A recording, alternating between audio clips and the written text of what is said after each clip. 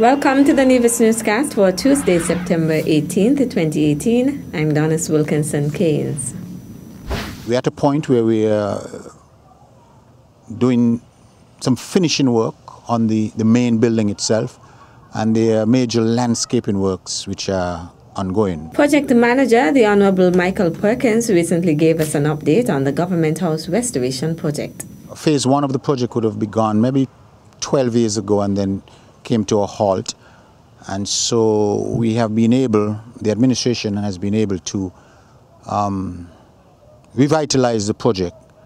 And so there have been works ongoing for the past 2 years or so. The work involved a sort of total demolition of the interior walls that were there and reconstruction of partitions and walls and ceilings. The smaller building just next to the main building, it previously used to house the guards, but we have converted 2 of those rooms into restrooms, female, male, and the other room would be the laundry or the utility room for the property. The restoration work also included the building of a new guardhouse, among other components. We are now heavily engaged in putting in the necessary landscaping.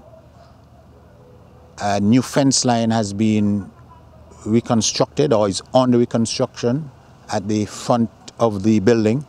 This runs some 450 feet thereabout, and the blockwork work has been done. This will be followed by stonework at the base and a picket fence atop that block fence. We have constructed a new driveway leading from the main gate up to the main building, and the intention also is to have this paved with stones going forward. I am very confident that over the next month or 2, the project would be completely finished. According to Mr. Perkins, another component of the project, which will come in the months ahead, will be the construction of a 2-car garage. In related news, the Independence Cocktail will be held for the first time in a long time at the grounds of Government House, so notes Permanent Secretary in the Permits Ministry, Wakely Daniel. So you know it's going to be grand, and that is why, well, we figured that the ground can hold all of Nevis, so we're inviting all to come out and celebrate with us. We have just have a newly installed Deputy Governor General, and she will be inviting all Nevisians. It will be done under the auspices of her honor, and we're inviting all Nevisians to come out and celebrate with us. The Independence 35 cocktail will take place from 7 to 9 p.m. Meantime, the general public is invited to the ceremonial parade to commemorate the 35th anniversary of independence of the Federation of St. Kitts and Nevis. The ceremony will be held at the El Camino Tablet Park on Wednesday, September 19th, 2018 at 8 a.m. Prime Minister, the Honorable Dr. Timothy Harris, says Monday's ceremony in honor of the Federation's 5 national heroes was particularly special, as there is now a beautiful park dedicated to them. At the September 17th ceremony, where statues of the national heroes were unveiled, Prime Minister Harris noted in his address that the Federation's national heroes embody the very qualities and characteristics that have contributed to the positive development of our beloved Federation, and he thanked the committee for managing the build-out of the beautiful additions to the landscape. The Prime Minister noted that the triumvirate of Sir Robert L. Bradshaw, Sir C.A. Paul Southwell, and Sir Joseph N. France is best remembered for their advocacy and action on behalf of the poor and disadvantaged. France and Bradshaw loom large in trade unionism, politics, and the struggle for self-rule and independence. Sir Southwell, he said, is credited with economic diversification, Sir Daniel with setting the modern platform for development of Nevis, and Sir Kennedy as the first Prime Minister and for private sector-led growth and transformation in the 1980s. Our heroes therefore stand as inspiring symbols of hope, he added. Family and friends of the 5 prominent nation builders, government leaders, diplomatic representatives, and others paid their respects at Monday's National Heroes Day ceremony. A press release from Government House on St. Kitts has announced that His Excellency the Governor-General, Sir Tapley Seaton, acting in accordance with the advice of Prime Minister the Honorable Dr. Timothy Harris, approves the national awards to 16 citizens of the Federation of St. Christopher and Nevis. Nominated for the Companion of Star of Merit were Calvin Foy for Policing and Community Service, Alfonso Bark for Business Entrepreneurship and Culture, Kenneth Kelly for Business Entrepreneurship, Alfonso Bridgewater for Sports Administration and Public Service, Creighton Pension for Culture, Elston Elimat Nero for Musical Excellence, locally, regionally, and internationally, Sylvain Henry for Public Service and Community Service, Hilton Clark for Education and Community Service, Adrian Lamb for Musical Production and Community Service, and Ambassador His Excellency Sidney Osborne for Education and Public Service. For the Medal of Honor, the nominees are Elenita Nathaniel for Education and Community Service, Lionel Mansion Bullgums for Culture, as well as Sylvester King Socrates Hodge, Walston King Starshield Shield, Jacqueline Singing Jackie Leader, and Ewell King Arrow Dolphin for Calypso and Music. In keeping with the National Honors Act, the awardees were recognized for their sterling contribution to nation building during the unveiling at the National Heroes Park on Monday, September 17th. Still to come. So may the memory of Steve Grizzly Nisbet and what he was able to accomplish, and may the memory of so many others in our communities inspire our young people to be the best that they can be. The details after this break.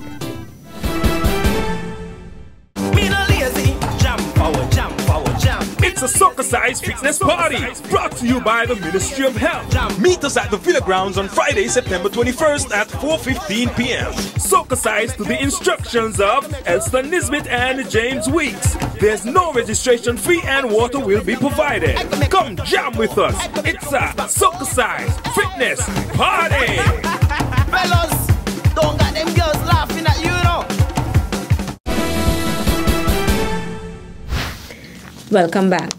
The purpose of a free concert on National Heroes Day, September 16th, featuring Jamaican reggae fusion band Third World and British reggae band Steel Pulse, was the Nevis Island Administration's way of giving back to the community on the occasion of the 35th anniversary of independence of St. Kitts and Nevis. That is according to Premier, the Honorable Mark Brantley. Steel Pulse original drummer, many people may not know, was from Nevis. He was born in Brickhill, a chap called Steve Nisbet, better known as Grizzly. And he was with Steel Pulse throughout all the years of their phenomenal domination of reggae music. Steel Pulse has won several Grammy Awards.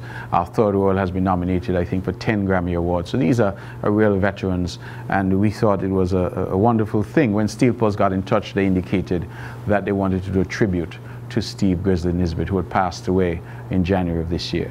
And so we thought it best to bring the both bands together in a grand free concert. We had some support in local acts as well, and we had thousands of people who came out to enjoy conscious music. Premier Brantley says the idea was to bring people together to relay a message of consciousness, pride, unity, and love. He believes the event was a success in that regard. We thought that the quality of music, the type of music, the consciousness that they brought, the togetherness, the unity, that was something that is important at this difficult time in our country where we are grappling with crime and insularity in many areas, that we were able to bring people together. And I was absolutely delighted on the night to be there, to see people from all walks of life. I recognized people from St. Kitts who came over, young, they're not so young, everybody together. I saw people from different parts of the political divide, but everybody was there singing along. Chant a psalm a day, you know, how could it be forbidden if it's love? I mean, these classics that we've all enjoyed for a very long time. And so I think that it achieved its purpose, and we are already having a clamor now from people saying that we should make it an annual event. So that's something we'll have to look at to see if our budget can sustain an annual event such as this. Coming on the heels of the concert was a sign unveiling ceremony on Monday, September 17th, honoring the memory of Steve Grizzly Nisbet.